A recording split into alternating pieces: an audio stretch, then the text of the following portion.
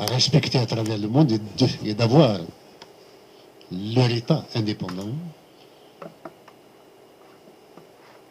les Kabyles n'admettent pas ce qui se passe, et c'est l'une des raisons pour lesquelles, donc, avec cette politique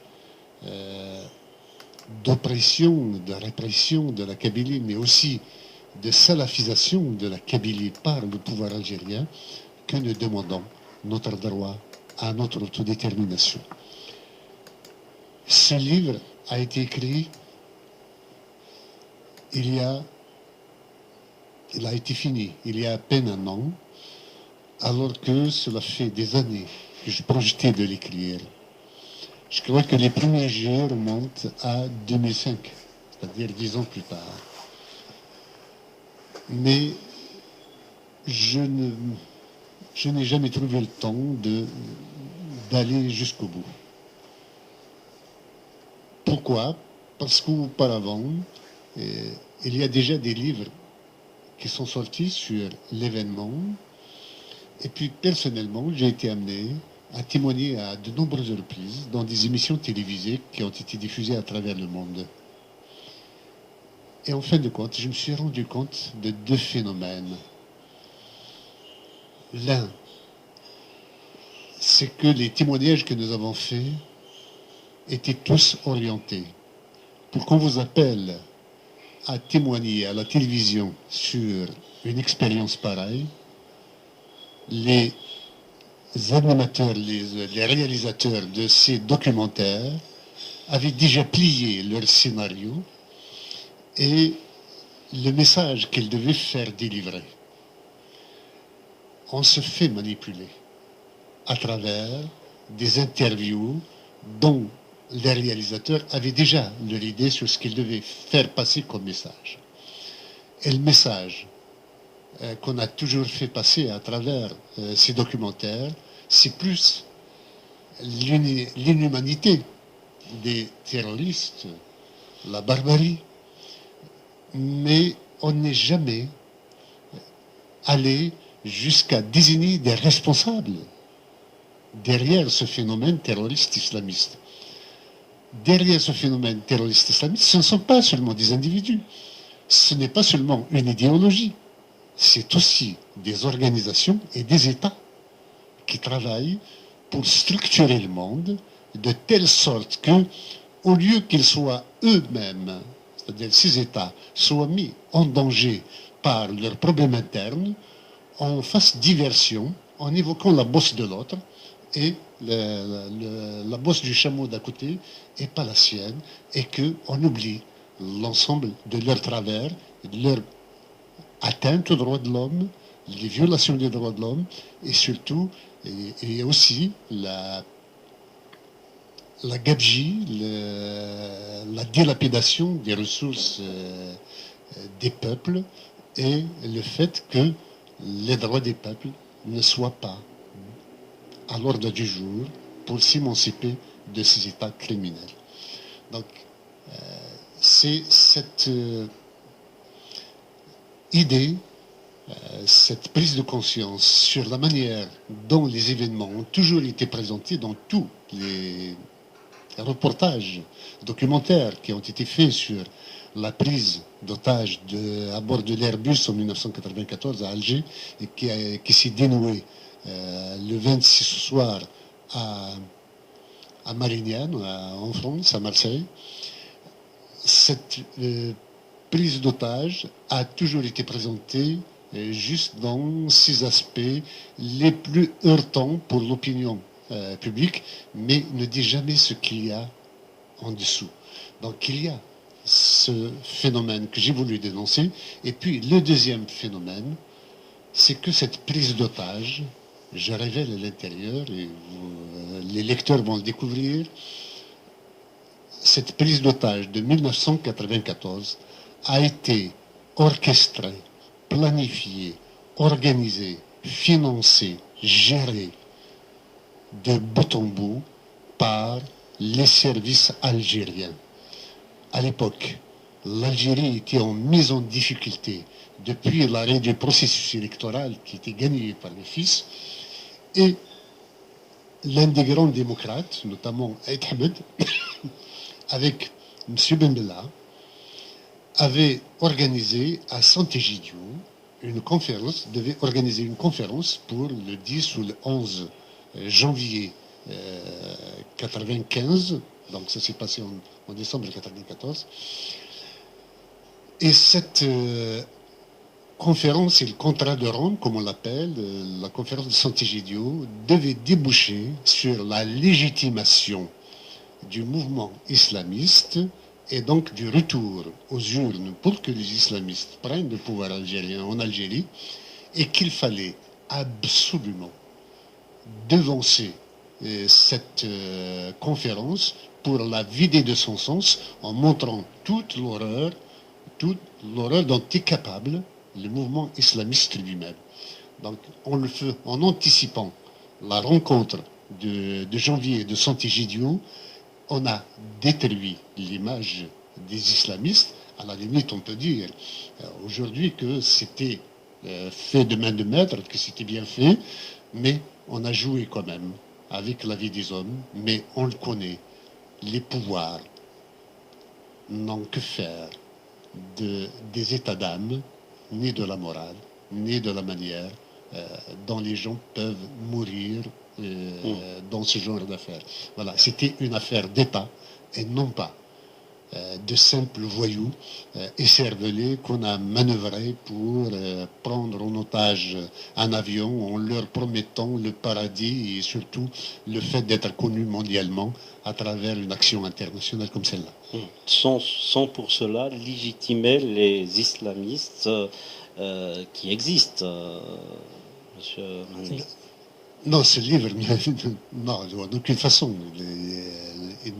Il est quand je suis un anti-islamiste et un anti-terroriste islamiste particulièrement. Non, c'est juste pour dire quels étaient les dessous de l'affaire. Et même des grosses légumes du régime, si vous voulez, devaient prendre cet avion. Ils ont été décommandés. Et il n'y en avait qu'un seul, par erreur, qui n'a pas été avisé parce qu'il avait quitté le pouvoir depuis un certain temps. C'était le colonel Evchich qui s'est retrouvé le seul à bord de cet avion. Alors, on ne va pas tout dévoiler de ce livre. J'invite d'ailleurs nos auditeurs et à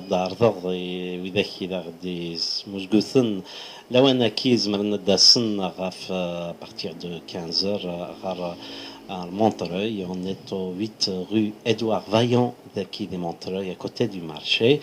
Mas Farhat Mané, il peut dédicacer les livres à Saint-Oujed d'Aki de Montreuil. Donc c'est 8 rue Édouard Vaillant à Montreuil, métro Croix de Chavaux. Voilà. Donc c'est vrai que quand on lit le livre, il y a des histoires à l'intérieur qu'on prend des fois même plaisir. Bien sûr, on n'est pas acteur de ce moment-là. On prend même plaisir de connaître un peu les détails, mais en même temps, vous faites des analyses par rapport, vous revenez sur plein de points. Je vais vous citer peut-être un ou deux points. Savoir la personne qui avait à peu près votre âge et qui était considéré comme un ancien moudjahidine. Donc là, vous dénoncez aussi ce système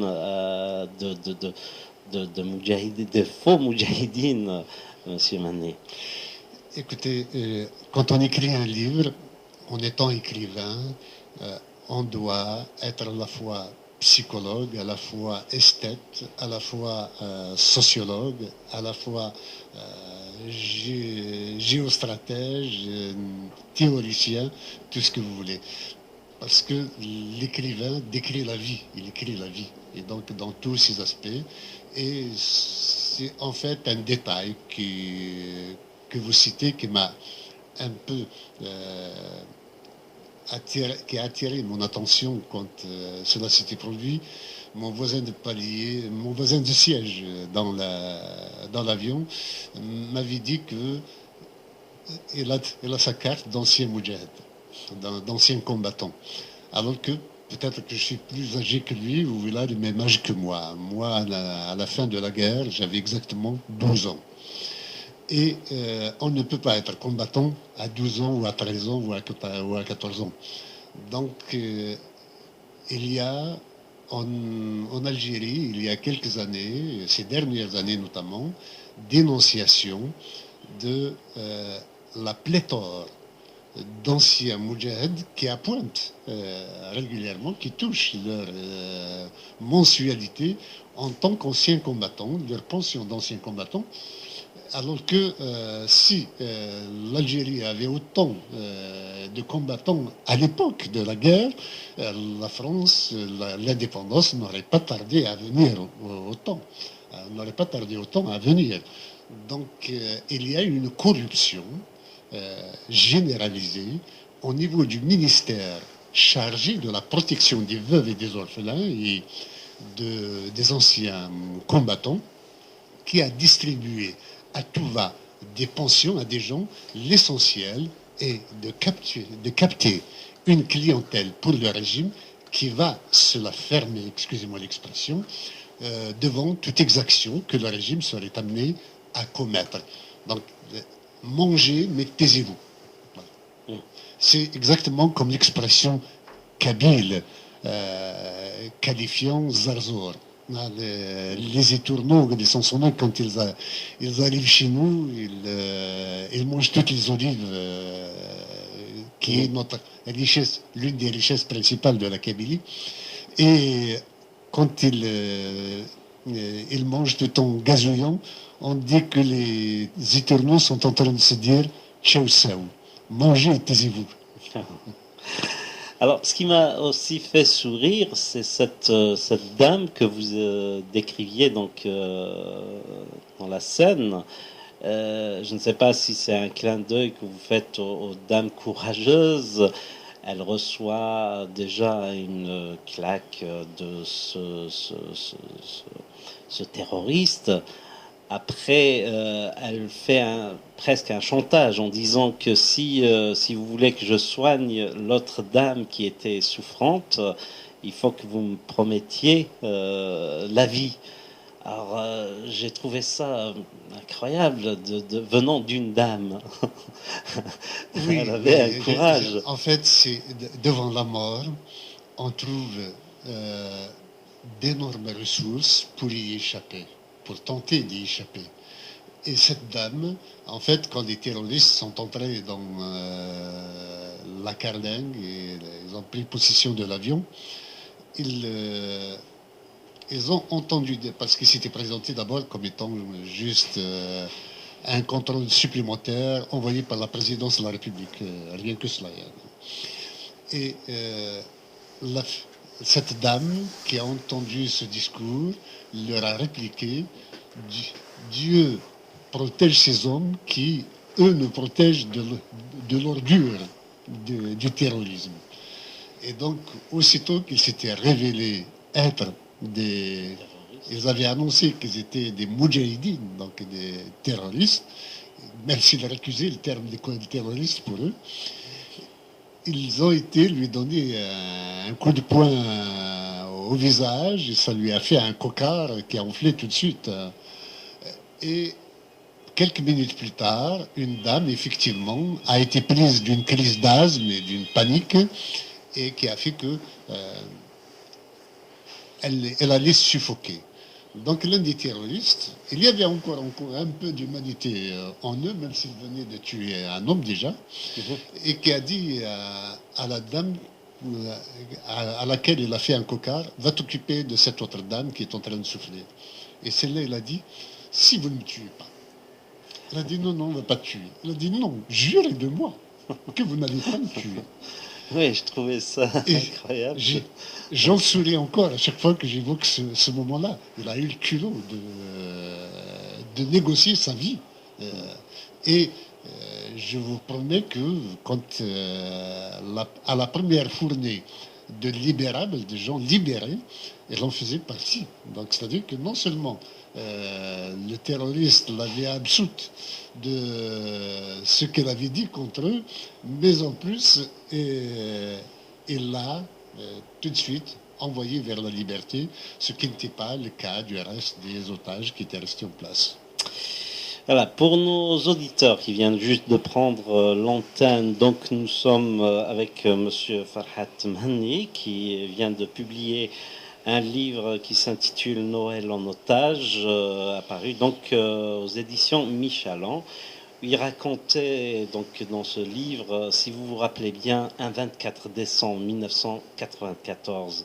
Voilà le livre, donc plein d'anecdotes et aussi j'allais dire, une analyse de Monsieur Mhanni par rapport à ce livre. Oui, l'analyse, c'est d'abord celui du phénomène islamiste. Nous en sommes en plein dedans aujourd'hui, avec la boucherie qui vient d'avoir lieu, le carnage qui vient d'avoir lieu à Paris. On dirait que c'est l'onde de choc de l'islamisme dans l'Algérie a été le théâtre, a été le laboratoire et a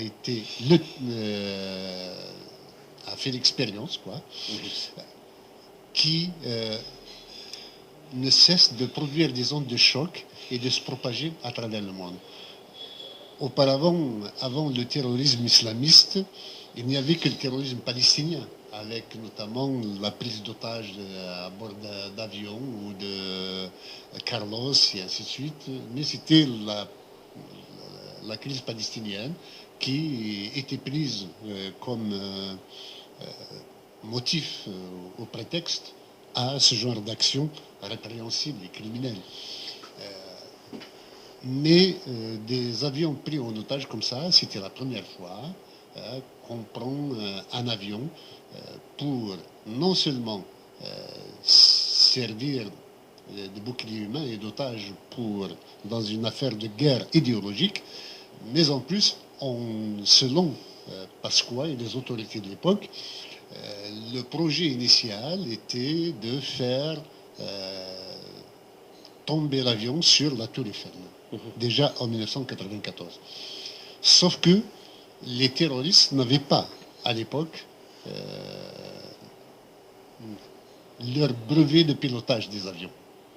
Donc c'est cette expérience de 1994 qui a donné une leçon à Al-Qaïda plus tard pour former ses propres pilotes, prendre possession d'avions et aller éventrer les tours jumelles à New York. Et depuis, les mesures drastiques qui ont été prises ont empêché la réédition de ce genre de phénomène, mais on est passé au massacre à grande échelle comme celui qu'on vient d'avoir aujourd'hui. C'est-à-dire, c'est la même logique, la même école, la même haine, la même intensité qui pousse un peu des jeunes et cervelés à faire ce genre d'acte. Et la solution se trouve ailleurs, à mon sens. Donc, il y a une étude de la violence. La violence elle-même, en elle-même, elle est ce qu'elle est. Elle est même nécessaire dans la société contre la délinquance, pour l'humanisation des rapports humains même, parce que les sociétés se stabilisent par la contre-violence, par la violence qui contrebalance la violence meurtrière des délinquants et des dictateurs et des nazis et autres. Donc, l'usage de la violence est consubstantiel au pouvoir. Il n'y a pas de pouvoir sans violence. Il n'y a pas de violence sans pouvoir. Donc, ils poursuivent de pouvoir. Voilà. Comme objectif, un pouvoir. Donc, il y a cette analyse de l'homme politique que je suis ou du politologue que je suis et qui a accompagné donc cet écrit. Mais il n'y a pas que cela. Il y a aussi un regard sur la violence et les médias. C'est-à-dire l'amplification de la violence par les médias. Les médias, même quand ils font leur travail le plus normalement du monde, ils deviennent partie du conflit. Parce que quelle que soit la manière dont ils rapportent les événements, quand il y a les médias qui s'en mêlent, les belligérants redoublent de férocité à qui ferait le plus de dégâts pour qu'on parle plus de lui à l'échelle internationale. Donc, les médias sont des amplificateurs, non seulement au sens audience de la violence, mais des amplificateurs de la violence même, et la décuple en poussant chaque camp à être plus violent qu'il ne l'est encore. Alors, Monsieur Mani, on essaiera de voir, c'est-à-dire que là, vous avez fait sûrement votre analyse par rapport aux islamistes et l'État algérien. Alors, soit on les associe, c'est-à-dire c'est eux-mêmes l'État algérien, soit on les dissocie, c'est-à-dire que les islamistes et l'État algérien ne font pas bon ménage. Alors on essaye de comprendre. Vous avez évoqué même dans ce livre les moines de Tébérine, etc. Alors comment le lecteur ou bien nous allons penser de ces islamistes? Est-ce que c'est des gens de l'État? Est-ce que c'est des gens qui sont hors État? Alors c'est la question qui se pose vraiment dans la mémoire des gens. Les promoteurs de l'État algérien essaient de dissocier l'islamisme et leur violence d'eux-mêmes, de cet État-là. Or, ce n'est pas le cas.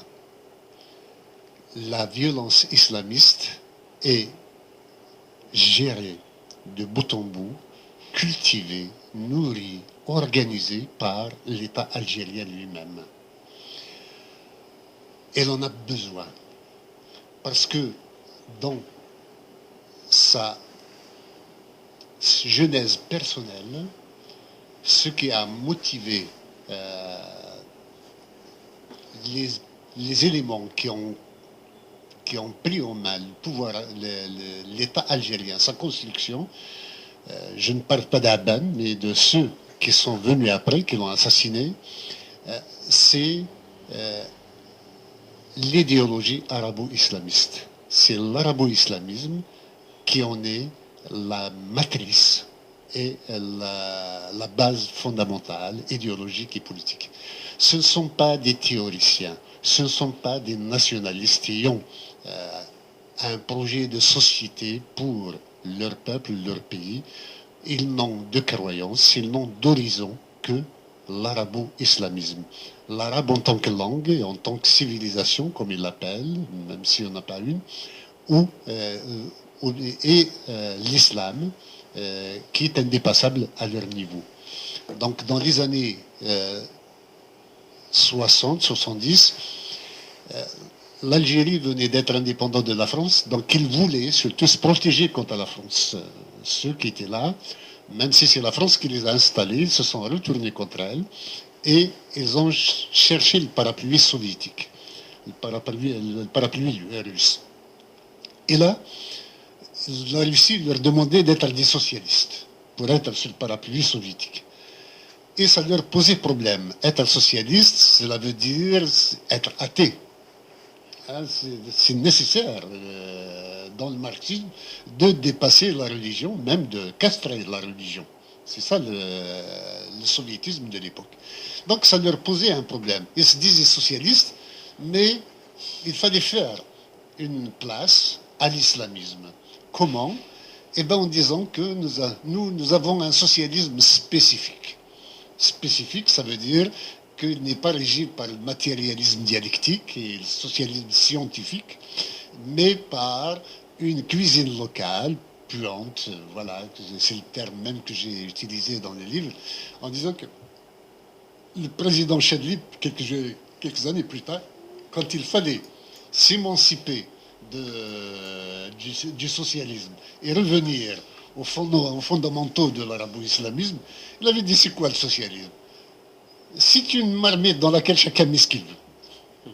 Voilà, pour définir un peu le socialisme. Donc, le socialisme posait problème aux tenants du régime et il n'a été adopté que conjoncturellement pour échapper à la sphère d'influence de la France momentanément en étant protégé par le parapluie soviétique. Alors, quand vous dites dans ce livre les mêmes terroristes pointer du doigt l'État algérien, etc., c'est une stratégie alors. Non, non, que vous me comprenez très bien. Les terroristes eux-mêmes croient qu'ils se battent contre l'État algérien. Mais ils ne se battent pas contre l'État algérien par rapport à un projet de société qui serait contraire au leur. Ils se battent contre l'État algérien pour le leadership. Ils se croient plus légitimes à gérer l'État algérien parce qu'il est arabo-islamique que ceux qui ont pris le pouvoir eux-mêmes. Donc c'est une lutte de clan, si vous voulez, de leadership qui va gérer au mieux les intérêts de l'islam et de l'arabe dans l'État algérien. D'accord. Allez, on va se faire une pause musicale. À la limite, si vous voulez, c'est comme, on dirait, en caricature, hein. C'est comme les républicains et le Parti socialiste, quoi, en France. Ils sont pour le même État, le même projet de société globalement. Et c'est des détails et des nuances sur lesquels ils divergent. Mais en général, chacun s'estime le plus apte à gérer son État que l'autre. D'accord. Je vous rappelle que vous êtes toujours à l'écoute de Radio Pays 93.1, Radio Tiziri sur les www.radio-du6tiziri.com au 07 53 09 51 19. On revient juste après.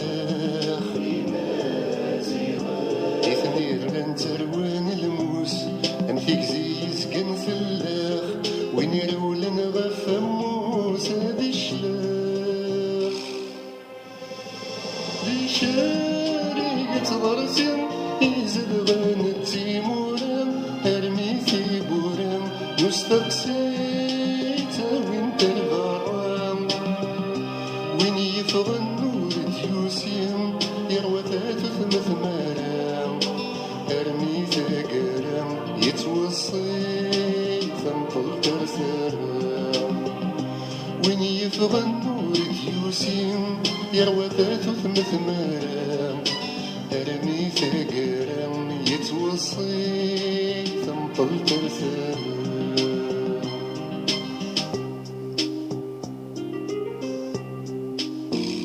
زدغن يسمعون يسنفكان بربر موروسي ثولان نولد ذا النور افريكان غير وعرفني ثن مطلن خصدي مازيغنا نسيكان يشتلن زدغن يذلس تثلاين سيلم قدراني غرفان أمر شمث حذين لمذن غروي ذاك يشفان أسي مازيغ نوراين ميوفان زدغان تثليث بغان ثمازيغ ثقي مذلساس أبقى النرصاص ولا ما تجني وين تنغان مازيغ نجاني صغان هبر نسي لسف الساس يا الواد عساس ذي الدقام ما كين غيمي نغام مازيغ نجاني صغان هبر نسي لسف الساس يا الواد عساس ذي الدقام ما كين غيمي نغام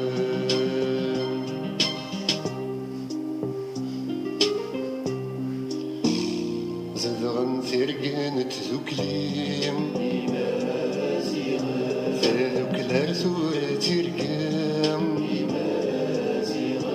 أسعني والنوم الليم 20 يفريري ديسكام أسيني دنفذا تكليني تنقوقام زدغن تكلي سمورد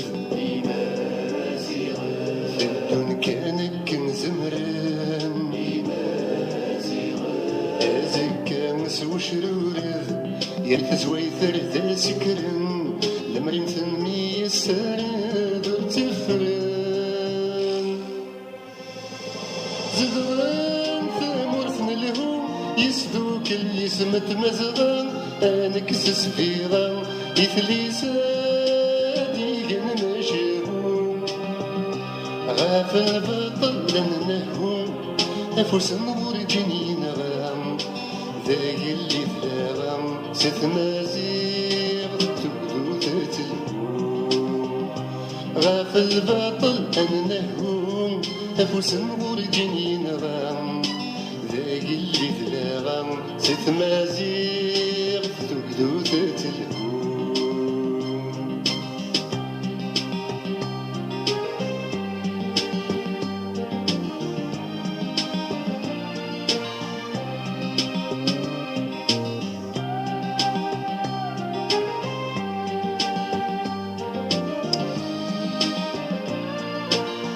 14h passées de 53 minutes à l'écoute de Radio Pays 93.1 et Radio Tiziri sur les 3 w.radio-du6tiziri.com. Avec nous, Mas Farhat Mani, qui vient de sortir le livre Noël en otage, apparu donc aux éditions Michalan.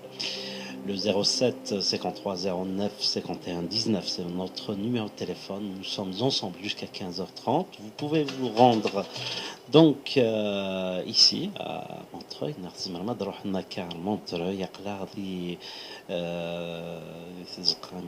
Berrichon, 8 rue Édouard Vaillant à Zdato Marchien, Montreuil. Voilà, nous sommes à Mab Tishkin Slaqad. Voilà, donc comme je disais, on va pas tout dévoiler parce que c'est vrai que vous nous avez fait revivre cette histoire du 24 décembre 1994. Nous, on était de l'autre côté quand ça se passait, donc on était tranquillement, non, pas tranquillement, mais on était quand même de l'autre côté. Et vous, vous étiez à l'intérieur. Alors, c'est vrai que, comme vous le dites si bien, la peur est là. C'est humain. Et d'ailleurs, je pense que vous n'avez pas voulu on parlait juste après cet événement, il y a eu un silence, je me rappelle, on s'est revus juste après, mais il y avait quand même, vous avez gardé un petit silence avant de passer, donc à raconter un peu ce qui s'est passé, non? Dire non, je ne pense pas avoir gardé le silence. Au contraire, on m'a reproché d'avoir trop parlé trop vite, puisque j'étais l'une des rares personnes qui avait accepté aussitôt le dénouement de la prise d'otage réalisée. J'ai été le premier à passer à la télévision pour montrer aux miens et à tous ceux qui m'aiment que je suis bien vivant. Mhm. Donc, euh, je, je me suis manifesté aussitôt. Et j'avais dit à l'époque que la police des frontières était responsable, ou j'avais dit qu'il y avait des complicités au niveau de la douane algérienne. Et cette phrase m'a valu un certain nombre de tracas, puisque des amis, soi-disant, mes proches du régime, me pressaient de faire un démenti. Non, écoute, tu as dérangé. Il ne faut pas dire que la douane était, les services de douane ou les services de sécurité de l'aéroport sont impliqués dans cette affaire. Il faut absolument démentir. Je n'ai rien voulu faire, mais je n'ai pas fait de démenti. Mais quand je suis passé le lendemain, j'ai été invité par Bruno Mazur au journal de France 2 du soir. Donc j'ai parlé immédiatement après. J'ai reçu quelques conseils pour amicaux pour ne pas envenimer la situation entre l'Algérie et la France à l'époque. Et j'avais dit qu'il était heureux que l'Algérie et la France se soient entendus pour que l'avion vienne à Marignane et que le dénouement se passe là plutôt qu'à Alger. Tout ce que j'ai appréhendé personnellement, c'est que l'assaut soit donné à Alger. Si c'était Alger, il y aurait eu un carnage. Tandis que la manière dont la France a agi, c'était chirurgical. C'est une technologie, une technique, une expertise que les forces algériennes sont loin d'avoir à ce jour. On a vu le dénouement de la prise d'otage à In Amenas. Il y a eu quand même plus de 40 morts. Hein. Si c'était comme ça, et de toute façon, ça ne pouvait pas être autrement, que l'Algérie serait intervenue à bord de cet avion, la moitié de l'avion aurait été massacrée. Voilà. Donc j'ai parlé, et par la suite, c'était des télévisions étrangères, même américaines, même des barbouzes américains m'ont interrogé pour savoir comment ça s'était passé et tout. Ils cherchaient des indications pour comprendre un peu la manière dont les terroristes opéraient. Bon, même une télévision brésilienne, une télévision allemande, beaucoup de télévisions m'avaient demandé des témoignages et je n'ai jamais été chiche de ce témoignage-là. Et puis, il y a des reportages qui ont été faits par TF1, France 2, Arte, M6.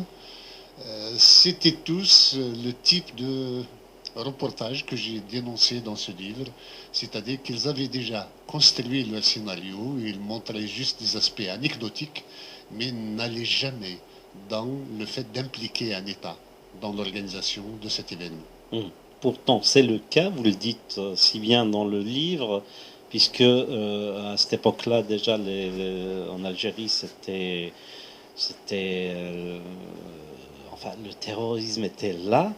Donc, des fois, on se pose des questions, à savoir comment ces terroristes sont rentrés dans l'avion. Donc, vous le Oui, dites si oui, bien. la plus grande énigme, c'est celle-là. C'est-à-dire que depuis le 16 août 1992, il y avait un attentat, une bombe déposée à l'intérieur de l'aéroport qui avait fait une quarantaine de morts et des dizaines de blessés. Depuis cet attentat, des mesures draconiennes et drastiques ont été prises pour filtrer les gens qui entrent à l'intérieur dans l'enceinte de l'aéroport. Et quand, depuis cette date-là, pour entrer dans l'aéroport, tu dois, le voyageur doit arriver au moins 2 heures à l'avance, ou 3 heures à l'avance, 3 heures à l'avance. Il y a une queue à faire, à subir pendant une demi-heure ou 1 heure minimum avant d'accéder à l'intérieur. Il y avait fouille au corps, il y avait scanner et tout. Et Donc là, comment ces gens-là, comment 4 bonhommes, que ce soit un seul, on peut dire qu'il soit infiltré par quelque part, hein, en étant accompagné par quelqu'un, il peut se faire passer pour un agent. Mais comme ils étaient 4, c'est- il y a des questions qui se posent. Moi, je pense qu'on leur a complètement facilité la tâche. On leur a dit entrez par la porte des services de sécurité. On leur a fabriqué des badges, soi-disant, mais personne ne les connaissait. Or, dans une période pareille, et les services de sécurité devaient se connaître tous, autant qu'ils sont. Et personne ne doit être méconnu des autres.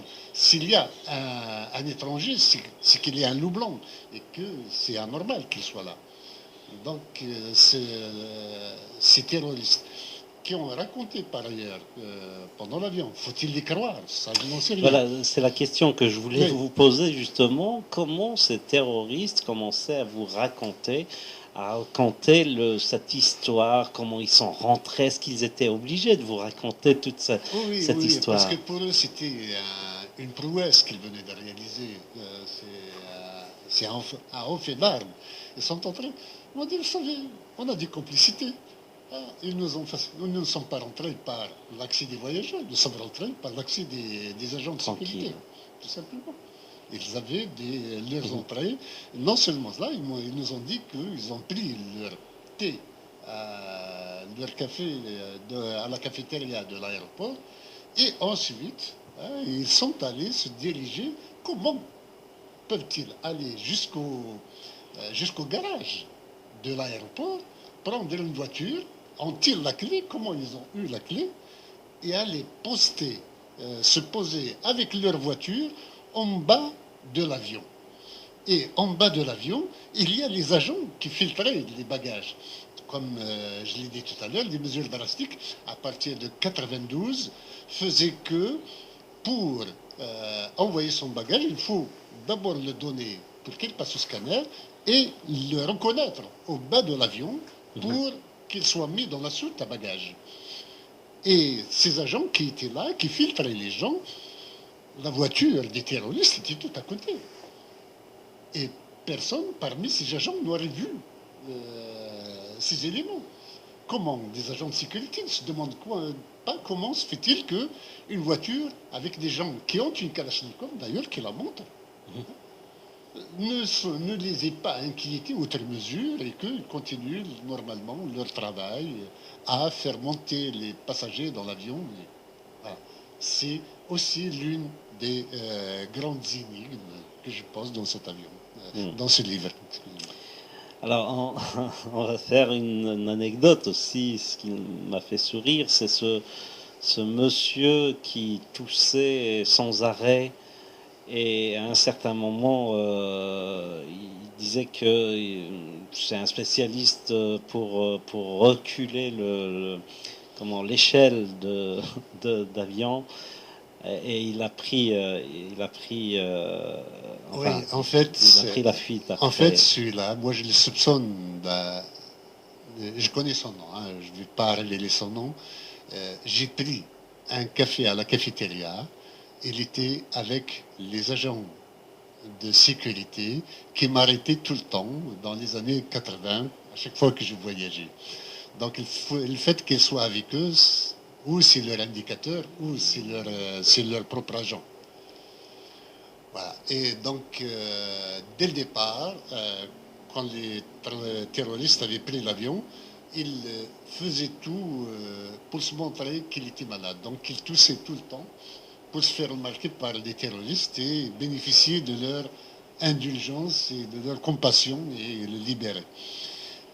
Rien à faire, il n'a pas eu cette chance-là. Tout le monde était parti et tous les libérables ont été libérés, mais lui, il était toujours là. Et puis, vers la nuit, aux environs de 10 heures du soir, il leur a dit, écoutez, vous êtes gênés par cette passerelle pour faire démarrer l'avion. Moi, je peux vous l'enlever. Comment? Il leur a dit, écoutez, moi j'ai été cariste. J'ai travaillé ici à l'aéroport. Donc laissez-moi l'enlever et l'avion sera dégagé. On peut partir après. Ils l'ont cru. Mhm. Dès qu'il a mis les pieds sur la passerelle, il a dévalé et a disparu dans la nuit noire. Il est mort maintenant, le bonhomme. J'ai appris qu'il était mort. D'accord. Alors, plein d'anecdotes comme ça. C'est vrai que maintenant, 20 ans après, ça fait sourire, mais c'est vrai qu'au moment même, je pense, Monsieur Mani, c'était pas évident de vivre ce moment. En tous les cas, il fallait avoir un cœur solide et une résistance énorme. Il y a des gens qui, dans la nuit, avaient perdu la raison. Et il y en a qui sont devenus cardiaques. J'ai vu pas mal de gens, une fois que l'opération était terminée, avaient définitivement renoncé à travailler. Donc, ils ont eu leur retraite anticipée avec une pension pour cela. Personnellement, j'aurais pu en bénéficier, mais je ne peux pas tricher avec moi-même. Et puis, si j'avais postulé à une pension quelconque, cela veut dire que je perdais toute crédibilité en tant qu'homme politique. Je n'allais plus agir pour mon idéal politique qui a été la Kabylie. Voilà. Alors, avant de refermer ce chapitre, juste une dernière aussi anecdote, c'est quand vous dites que ces terroristes ne savaient pas lire, puisque dans votre passeport, c'est écrit homme politique. Et eux, voilà, ce qui m'a fait sourire aussi, c'est cette coupe de champagne et, et les bouteilles de vin que vous transportiez. Ils avaient, en fait, ils cherchaient pas ça, non. Non, que ce soit clair. Ouais. Plus tard, quand ils m'ont demandé, quand ils m'ont appréhendé 24 heures plus tard, ils avaient bien lu en arabe ma profession, un responsable politique. Mais le premier qui m'avait interrogé, c'était celui qui venait juste d'abattre un policier. Et donc, il réalise la gravité de son acte. Il était déboussolé, mais il fallait qu'il fasse son travail comme si de rien n'était. Il m'a demandé mon passeport, il l'a regardé pratiquement à l'envers, sans savoir qui j'étais. Il l'a refermé alors que j'avais un verre de champagne devant moi et un pack de vin sur le siège à côté. Il n'a strictement rien vu. Il était anesthésié par l'acte qu'il venait de commettre. Il a réalisé qu'il était grave, mais il ne voulait pas le montrer. Donc, c'était une formalité pour lui que de me demander mes papiers sans y prêter autre mesure attention. Alors, pour bien sûr connaître, enfin lire ce livre, n'hésitez pas à faire un saut ici à Montreuil. Nous sommes là encore, c'est 8 rue Édouard Vaillant. Édouard Vaillant, c'est à Montreuil, 93 100.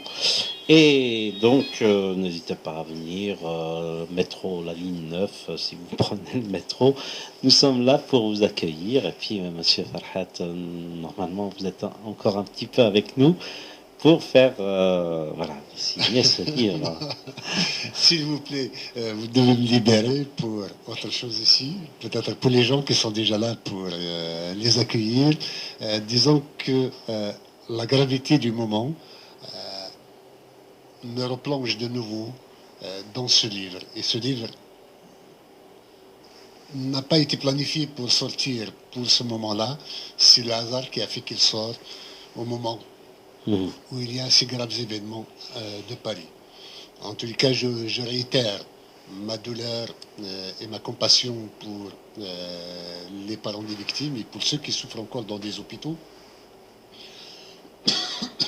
Comme je soutiens tout le combat, toute la lutte contre le terrorisme islamiste, quelle qu'en soit la nature, et le lieu où il s'exerce. J'aurai encore de la promotion de ce livre dans des rencontres. Il y en a une à Saint-Étienne le 20 novembre. Il y en aura une au Canada, à Montréal, entre le 26 ou le 27. Il y aura une le 22. Le 22 novembre, je serai au 34 rue Sadi Carnot à Bagnolet. Voilà, le 19 décembre, on a pris rendez-vous chez nos amis les Corses dans le 2e arrondissement, aussi Au Cyrnéa, 38 à Vivaldi au Cyrnéa. Voilà.